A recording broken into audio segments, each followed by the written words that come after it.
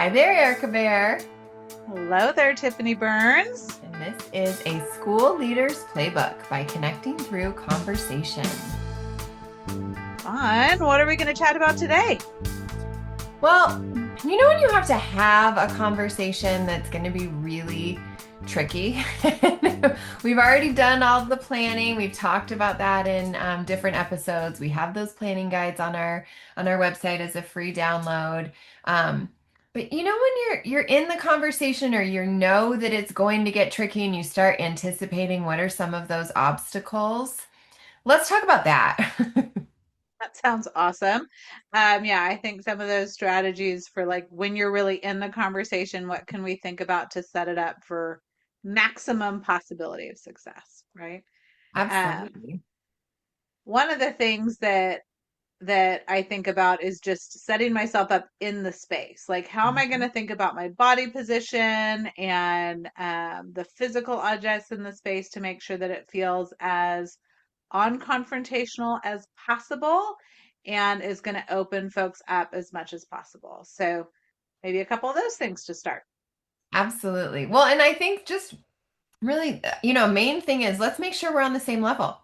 Let's make Right. sure if they're standing up, I'm standing up. I mean, typically these conversations are had while we're sitting down together, but we just want to make sure that that's the case, right? Like we don't want somebody sitting down and we're towering over them, or vice versa. That's just awkward, and that's not. It's literally starting us at different levels. Right. A very literal way. And we think about this with kids, right? Like when we always want to make sure that we're not towering over kids and we're ducking down and we're doing everything we can. It's the same thing with adults.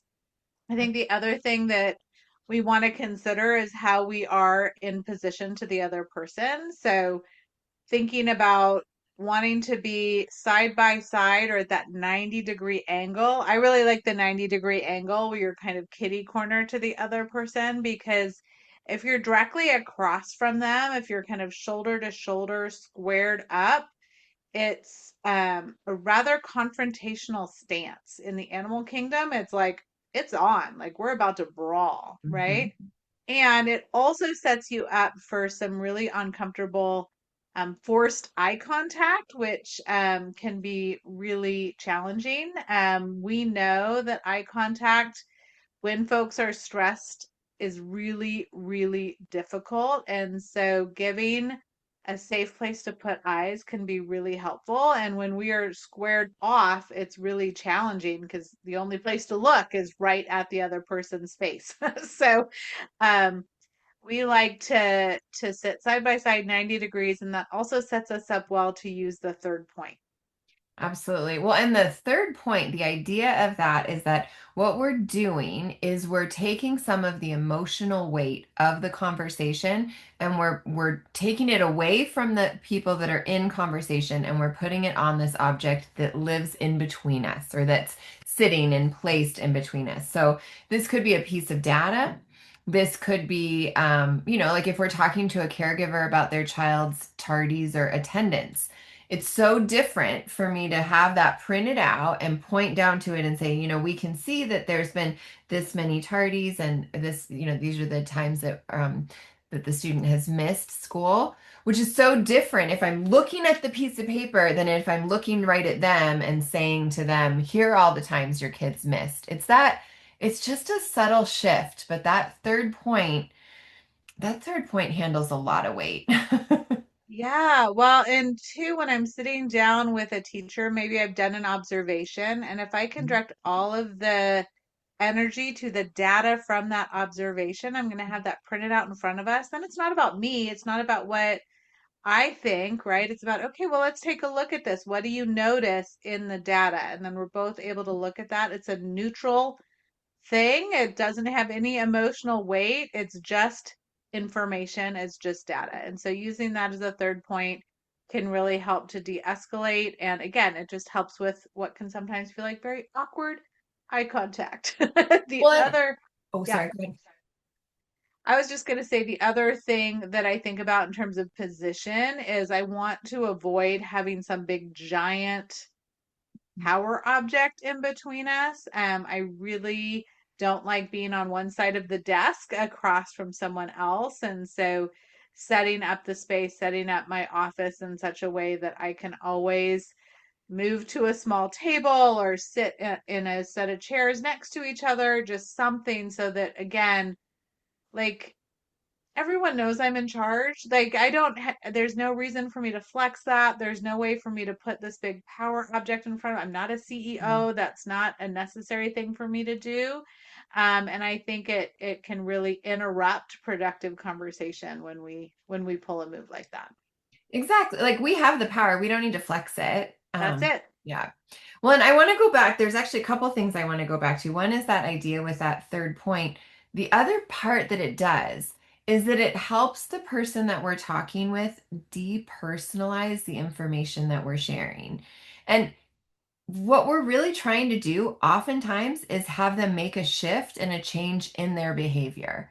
So I know that probably sounds weird to say, well, we want to depersonalize it, but the reason why we want to depersonalize it, it is so much easier to look at a situation and go, oh, I can change that. If we're able to kind of pull ourselves out of it a little bit and look at it more objectively, if we're able to look at the situation and go, oh yeah, that's a lot of attendance.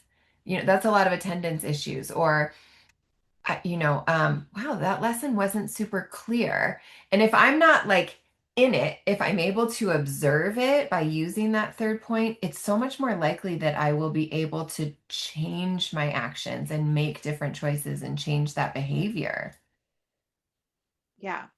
Well, I think it's so much easier to change what we do than who we are. And sometimes when we're just like face to face talking about how something wasn't working, then I'm thinking that's about who I am, not some choices I made in this lesson that maybe didn't work the way I wanted them to. Right. Absolutely. Absolutely. The other piece that I want to just kind of remind people of, and I'm not calling anyone out, like to be clear, this is not a call out, but I would like to call our attention to this idea of where we're sitting, that kind of side by side or 90 degrees. And I want to think about, again, I'm not calling anybody out. And I know like I really love a round table, and yet in this budget situation, like nobody's going to buy you new furniture because you need to have a round table. But with those like rectangle or like square tables, how many times have we gone into meetings with caregivers where we have school staff on one side and family on the other? And we're literally sitting in an us versus them situation. That is something we need to think about when we're setting up the space. Yeah, 100%. And being really clear with the team. Okay, ahead of time, like who's sitting with the family, who's got the paperwork, who's going to be, and just make sure that we're mixing that up. We're not trying to, separate people No. from each other, but we do want to make sure that we don't have, yeah, clearly delineated sides because that's not what this is, right? One team. So yeah, super important.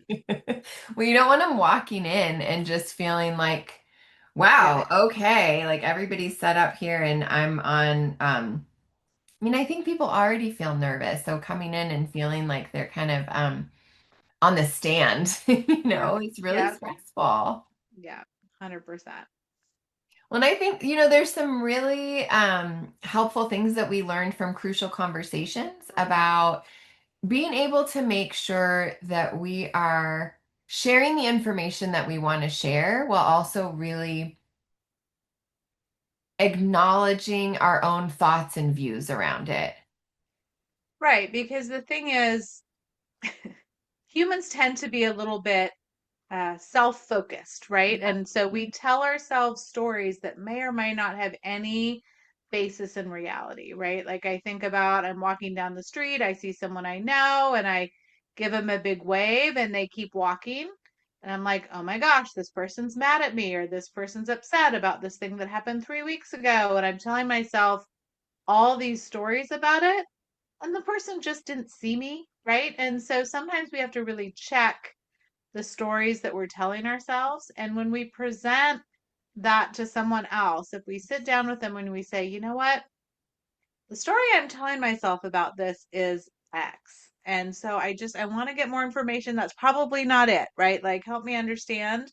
It both helps to kind of temper the claim and keeps people from getting super defensive. And it also allows some time for clarification because we do not always get that right. So I'm thinking about like, let's say someone says something in a staff meeting and uh, probably you've never heard this before, but well, if administration would just XYZ, right? And so it's And kind of then like you turn looking behind. around, you're like, oh, oh, you mean me because Yeah, I'm the yeah, administrator? right, exactly. Okay, Administration. okay, Yeah. Oh, it's right. me. Okay, Yep, cool. Just so we're yep. clear. No, that's never happened to me. No, I don't Never, not even one understand. time, Oh or my gosh, yesterday. Yep. so many times. That one was not my favorite. So I might go to that person later and say, you know, when you said if the administration would just let us teach, right? I was telling myself a story that you were feeling like we were giving too many extra mandates, and so you were feeling frustrated by that. Is that what you were thinking? Is that what's going on? Or is it something different? Right. And so it opens the door for that conversation in a way that doesn't put them on the defensive, right? Um, when I saw that you weren't where we had agreed you were going to be doing supervision at recess, I was telling myself a story that you don't think that that's an area that needs to be covered. Can you walk me through a little bit more about what happened? Because we talked about that before, right? So again, it's just like I'm telling myself a story about this. I need you to help me understand what is actually going on, right? Um, Well, I think there are so many parts of that that are useful. So I can we hang out here for a little bit and yeah, unpack this? absolutely. So the thing is, I do tell myself stories. Yep. Like, We all like, do. We I all mean, do. yeah, and so I'm trying because I'm just trying to make sense of the world, or I'm looking at a situation and go, why would they do that? That just doesn't make sense. And so then I start to fill in the blanks and I start to tell myself a story. When I use this language of I'm telling myself a story that fill in the blank, like what I'm doing is reminding myself that that's my story, that it isn't exact, that's not for sure what happened, right? It helps me remember this is something that I tried to figure out, and so I'm guessing at. It's just a story I've been telling myself because it is so easy to start believing the stories that we've told ourselves. And that's a lot to unwind when we find out that it's not true or that that's not accurate. And then there's so much cleanup. Right. There's so much fallout from that. And I think if we approach it from this, like, okay, so I'm telling myself a story, and Mhm. there might be a seed of truth in this, but if we don't give them an opportunity to tell their story, then we're going to be walking around with a bunch of misinformation, right? And we're going to allow tensions to rise. The other thing is, even if we're right, even if the story we're telling ourselves is accurate, if we approach it as fact when we go to sit down with that person, it doesn't give an opening for that dialogue, right? It doesn't give an opportunity to give more context or explanation, right? So I'm thinking about we're we're working on a process, a PLC process, and everyone and all the buildings are working on it, and it's this kind of significant initiative that we're doing to make sure that student learning is going in the direction we want. And there's this one pocket where it's just not happening, right? They're just not doing the things, and every time there's conversations about it, it's like, oh yeah, no, we're going to do that next time, or I've got that scheduled for this time, and I'm going to be doing that training then. And I've really started telling myself a story. Okay, they're resistant to doing this. Like they don't want to do this. And so so then I need to go to them and say, okay, so I'm noticing that, this isn't happening. And so I'm starting to tell myself a story that you're resistant to this idea, or you don't think this is going to be an effective strategy. Is that what's going on, or is there something else that's holding you back from moving this forward? Right? It's just that, like, because maybe it's not. Maybe they don't have this skill. Maybe they don't have a coalition of support to get it moving. Mhm. Maybe they're thinking a different strategy would be more effective. There could be all of these other reasons. But if we don't have a dialogue about it that's left open, that gives them some space to really share what's going on, then we're not going to be able to move it forward. Well, and I think what you said before when I said, gosh, I tell myself stories, and you said we all do. Yeah. What great modeling is Hmm. that, for folks to say, look, I'm telling myself a story that, because the truth is we all do that. Yeah. Like we Yeah. really do. And modeling for folks that, here's what I'm thinking. Maybe that's incorrect. What actually is going on? Not only are you modeling for them, here's how we navigate conflict. Right. Instead of going and talking about it to everybody else behind my back or having the meeting after the meeting or like having that conversation in the parking lot, I'm modeling, here's how I want these to be approached. It's also showing vulnerability. And I think that's so important to be genuine and authentic. And in order to do that, I think we have to be vulnerable. Yeah.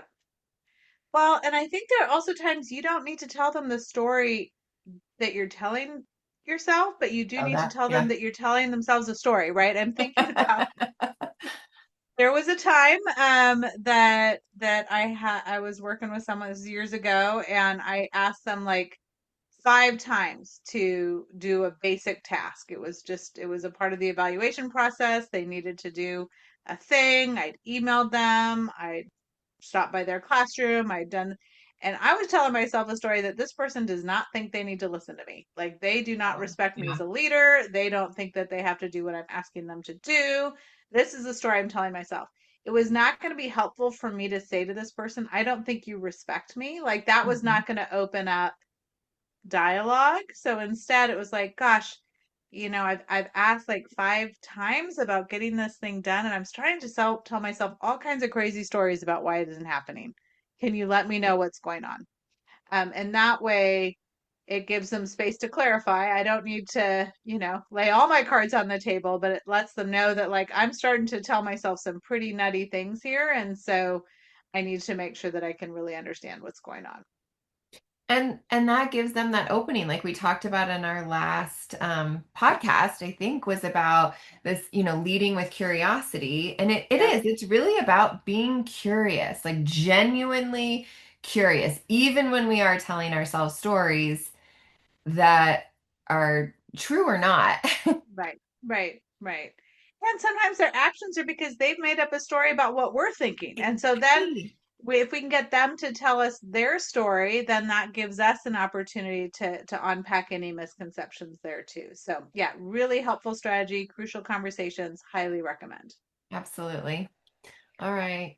Um, well, okay, we're switching gears a little bit. The other piece to kind, well, not the other, but another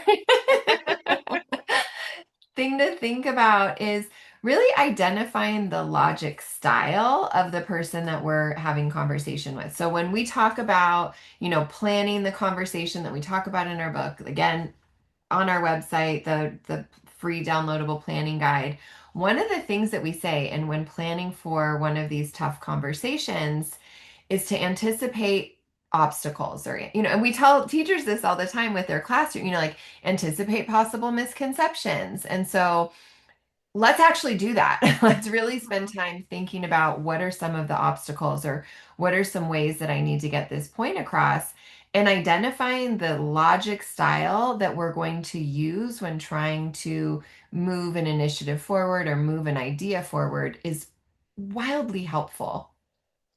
Yeah, and there's kind of two frames that we think about. There's that really practical brain, right? The person who is really going to be data focused and really need to see that the research, the concrete numbers, the exact reasons why that again are just really data research focused.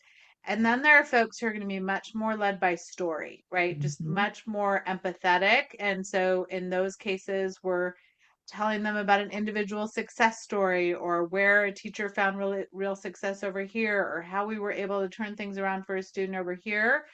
That's where we're going to get more traction for some folks. And everyone leans into both of these styles for different issues. So I don't want folks to think that, like, everyone is practical all the time or empathetic all the time. I think we're all on a little bit of a spectrum. But if we can kind of identify this person tends to lean in this way, so I want to make sure I have it lined out with a lot of data and research, or this person really is going to lean more empathetic, so I want to make sure I have some concrete stories to tell her, examples to give them around why and where this has been successful before.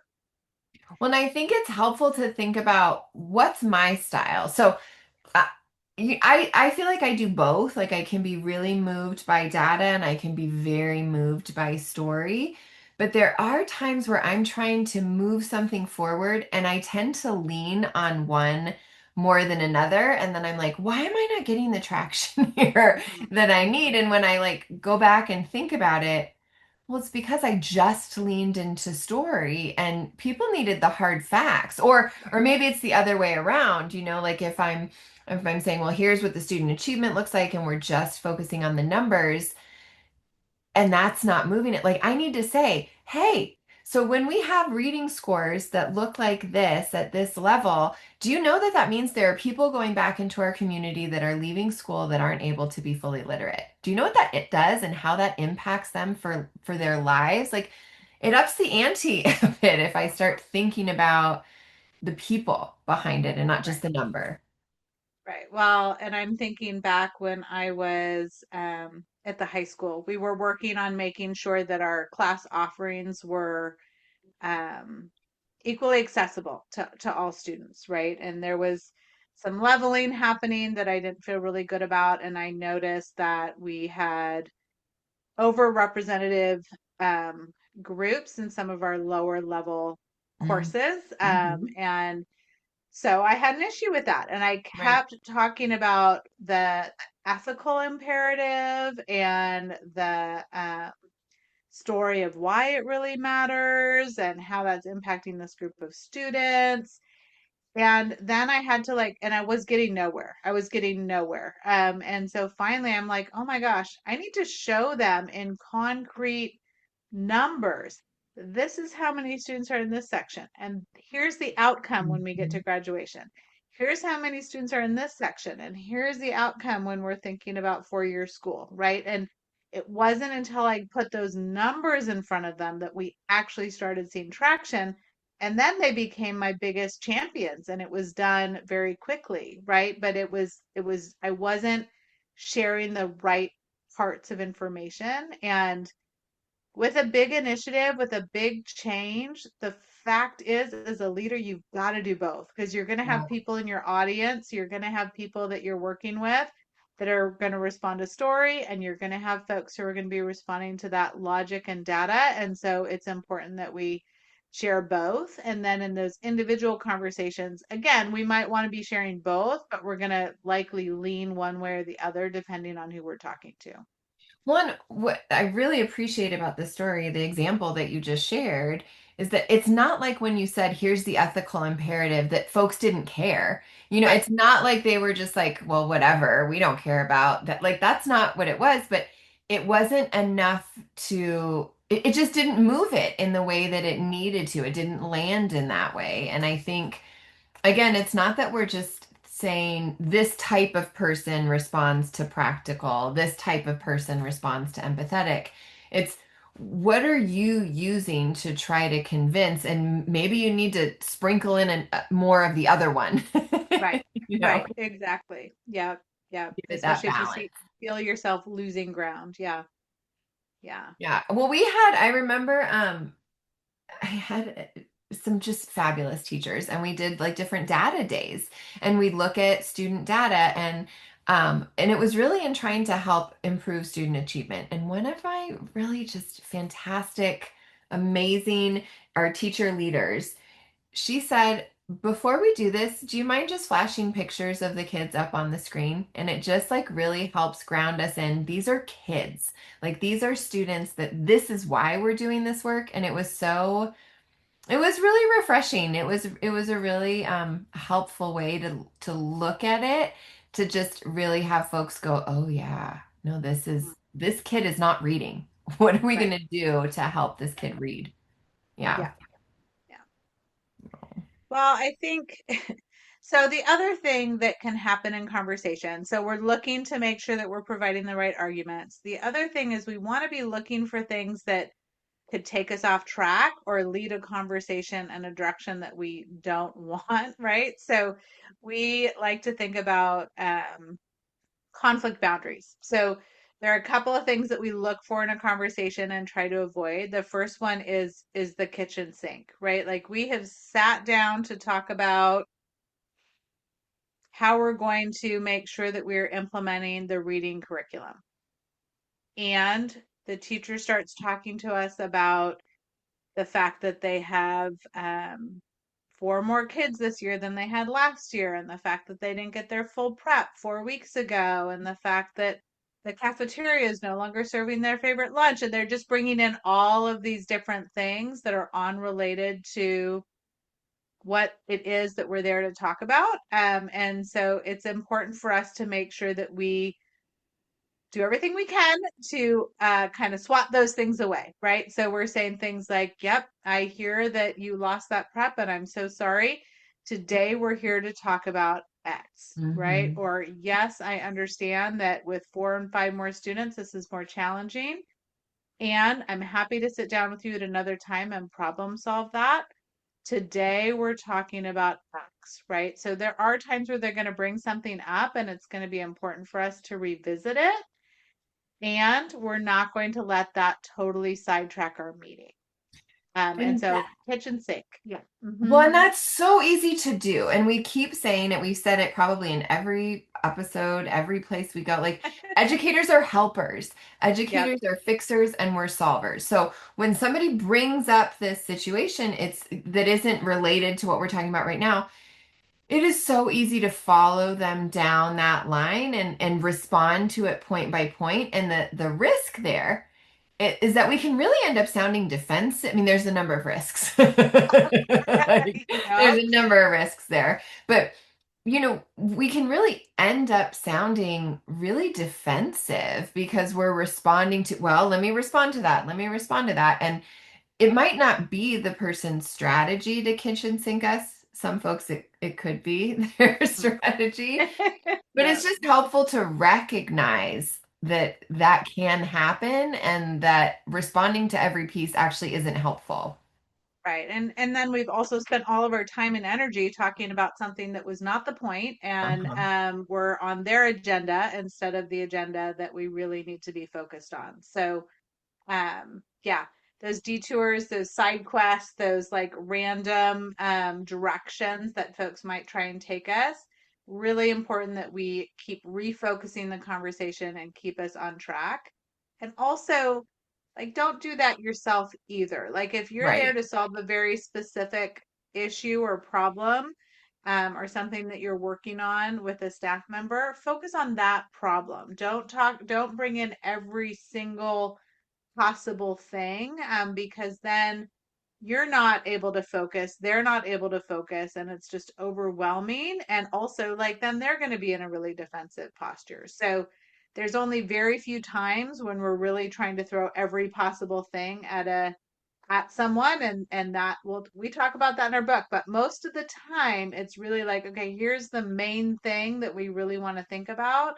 And so don't throw the kitchen sink at someone else either. It's unkind. Exactly. Well, and what you said in there too, I think is really worth repeating is that we're focusing on the problem.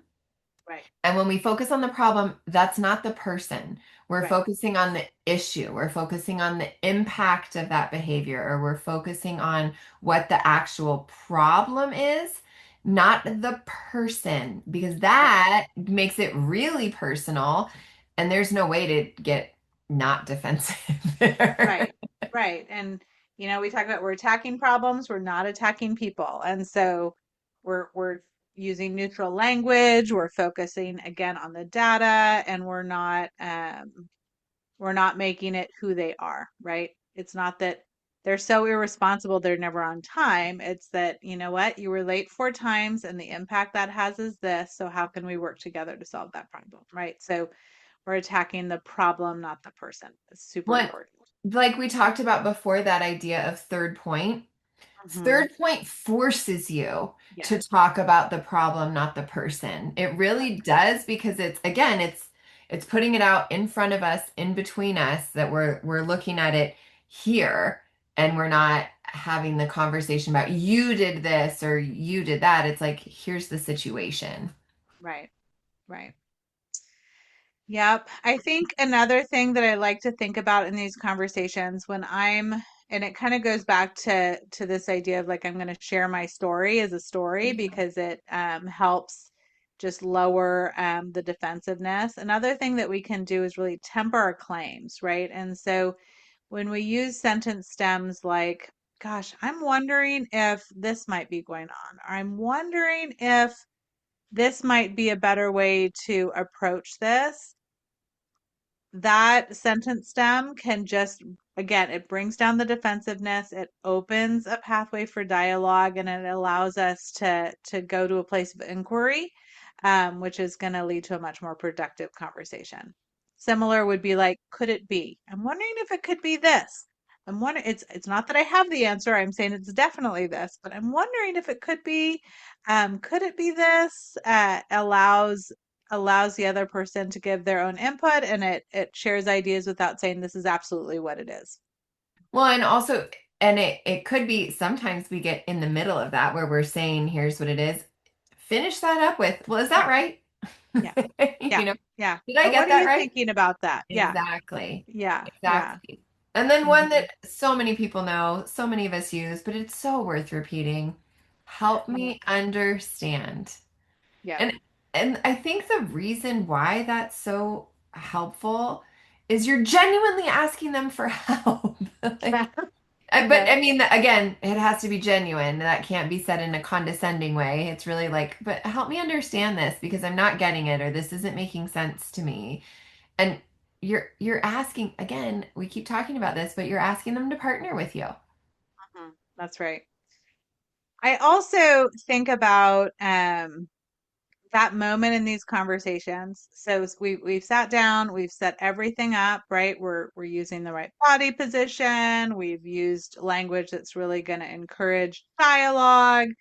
And we're at a little bit of an impasse, right? Like these are the tools we have to use during literacy block. Like this is what we have to do, and the other person is really feeling strongly that it's not the best choice for their kids for whatever reason, but we're stuck with policy, and we know that this is a thing that we need to do. We have to pull out some sentence stems that allow us to move forward because we could talk in circles about this for ever. And there is a moment where it's like, well, I get that, and this is what's happening, right? So, some language that we really like for that is nevertheless. So I hear you saying that the new reading curriculum is more challenging for you to use than what you're more familiar with. Nevertheless, the expectation is that we're using this tool on a regular basis. And so I'm going to put these things in place to support you. And I'm excited to see that when I come into your literacy block next week, right? Nevertheless, Mhm. is a favorite. My favorite is and yet. Uh-huh. Because and yet is, I like saying that instead of saying but, or Yep. instead of saying no, or just, Yep. I am not agreeing at all with what you just said. Yeah. That's not a Yeah. helpful Yep. thing to Yep. name, but just saying, you know, and yet this next thing, like, Right. Hmm. yes, I understand that that's really frustrating for you, and yet here's what really needs to happen moving forward. Right. I hear that you don't enjoy attending these meetings, and yet the expectation is that you are there. And so I look forward to seeing you there tomorrow, right? And so it's just it leaves no confusion about what needs to happen, even when there's disagreement. Absolutely. Well, and some other ones are just even so. Hmm. Um, and I think, nevertheless, and yet, even so, I will say I do think these are regional. I think in Yep. some places these work, in some places they don't. And for some people, certain Right. ones work and certain don't. Like I love and yet. That is one that I Yeah. will use all the time. That Hmm. might not work for somebody else. Right. Right. In the same way that nevertheless is something that doesn't roll off of everyone's tongue. So yeah, Yeah. you have to find what works for you. and what works in your community. Another piece, when you're really trying to wrap something up, if you've got someone who's just been, wow, they have a lot of arguments about why something should be a certain way. The monologue where they're just The kind of monologue, monologuing. right? Yeah, yeah, Well, all that being said, the expectation is exactly. boom, right? And Exactly. so again, it's just like, okay, I get it, I hear it, we're moving forward, right? Exactly. And literally moving forward is Yeah, another sentence yep, stem. I love that. yep, Moving forward. When yep. you were just talking about all that being said, I was thinking about the ways, like when you have company that has stayed way too late and you're like, And I have to go to yep, yeah, bed. yeah, yeah, yeah. So great. Yeah. All this great time is done now. I'm going to Yeah, bed. All that exactly. being said, this meeting is over. Yep, yep, yep, Exactly. But yeah, yeah, the moving forward one again literally moves it for right. like we're moving forward Yep, the ideas like we're kind of helping turn them towards solution and right, not again staying here and admiring the problem or right, spending time right. talking about the problem. We've done that and we're not saying Yep, that we want to skip over that part, but once that part's done, we need to move forward. So just right, saying, moving forward. right. Yep. And I mean, I think that knowing how to wrap up a meeting is Oh really yeah. important, right? There's Oh yeah. this moment where we have got to bring it to a close. We are done. And so some helpful things to do that, is you're kind of like noticing, okay, we've got just a few minutes left, or gosh, we're like 10 minutes over. We need to be wrapping up now. Mhm. It's time to start wrapping up and just kind of giving everyone notice that, all right, we're wrapping this up, so that folks can start wrapping their head around the idea that this is going to be done. Yeah. Well, it's an awkward thing when Yep. you're looking at the time and you're going, this meeting ends and because you need to sit where you can see the Yep. clock. But this Yep. meeting ends in 3 minutes and we are nowhere near close to or they're nowhere near close to Hmm. being done. Hmm. But I cannot stay in this meeting anymore. Yep. That's awkward. And so we don't want to Yep. just sit there. I mean, and then also if there's other people in the meeting and we're the one in charge and we're the one facilitating it, then you're getting like these dagger eyes from people going like, Yep. let's go. And Yep. really just saying, tucking that into your back pocket. Yep. Yeah, we need to be wrapping up now. Oh, we've got about 5 more minutes, so we need to be Yep. wrapping up. It's Yep. such an, I don't know the word for it, unawkward. Yeah. Yeah. Well, it's kind, right? It's just Yeah, it's not unkind. It's just letting people know, right? I exactly. think the last part of a meeting oftentimes is going to be the most memorable part. So we Mhm. want to make sure that we are really leveraging the end so that they can take away what's most important. And so as that kind of summary is we're like, okay, well, here we go. Let's kind of wrap this up. We're going to identify the points of agreement, right? Like as we've been having this conversation, we've been pointing them out. We've been making sure that we're identifying, okay, these are the places where we can agree. Even if they're small, it's helpful to say them out loud as we're bringing the meeting to a close. Absolutely. Well, and then listing out the next steps and Yeah, saying really clearly, so here are the points that we've agreed on. Here are the next steps we need to do. And we can even say when it needs to be done by, just to make sure everybody's on the same page, when it needs to be done, who's in charge of doing it, and having that just really clear at the end so we know right. these are the actual takeaways from this meeting. Right. And one of the things that I like to say as one of the takeaways is don't worry, I'm going to be writing all of this down and sending it to you, right? And then that does a couple of things. It allows us to follow up in writing, right? Which is important for documentation purposes. Don't kid yourself into thinking that this issue might not come up again, right? So we want to make sure that we have it clearly documented and make sure that all of the expectations are really clear and there's no misunderstanding because it's right there in writing. And so I'll just say, okay, and I'll be sending these notes to you all so that we're all on the same page. And so that way someone isn't surprised. And I've definitely had people say to me, oh, you're just documenting. And I'm like, mm-hmm. Yep, it's important that we have a record of this, and so I'll be sending a copy of that to you in writing, and so that we both have it and we're on the same page. And the part about, I was literally just talking about this today with someone that it's so common that we have these conversations and then you think, okay, it's going to get better. And then you have another conversation, you think, okay, it's going to get better. And then by the time you sit down to actually document, you realize how many conversations you've had about it. And it's way more than we think. So just Yep. making sure to document as you go, because guess what? If you had the conversation, it went well and you never had to have it again, now you have documentation that isn't great. Like who cares? What a Doesn't great cause any problem harm. to Yep. have. Yeah. What I love for this that I always do is when I send those summary of conversation emails that we're talking about, I BCC myself so I have a copy of it. So I know because I don't want to search through my sent email to find the documentation I had. I don't want to go save that on my computer. It is just stored in a folder in my email of documentation. Some folks that I have lots of conversations with, they get their own folder. You know, Yep. but it's just Yep. helpful to have when you need it. Yep. Absolutely. Well, speaking of wrapping it up, I wonder if we want to go ahead and connect it here. What are your takeaways from this conversation? I think just really before you even have the conversation, thinking about how you're going to set up the space, thinking about how you're going, what the actual physical space is going to be, how you're going to set up, what messages you're sending non-verbally, making sure that you have your evidence and your third point available, because that setup really matters and helping create just a more effective conversation, taking a tough conversation and making it just a little bit easier. Yeah. For me, really thinking about making sure that we are leaving ourselves open in these conversations. So the strategies like sharing my story and asking for theirs, really thinking about using those sentence stems that kind of temper the claim, right? Like, I'm wondering, could it be that just allow the other person to share?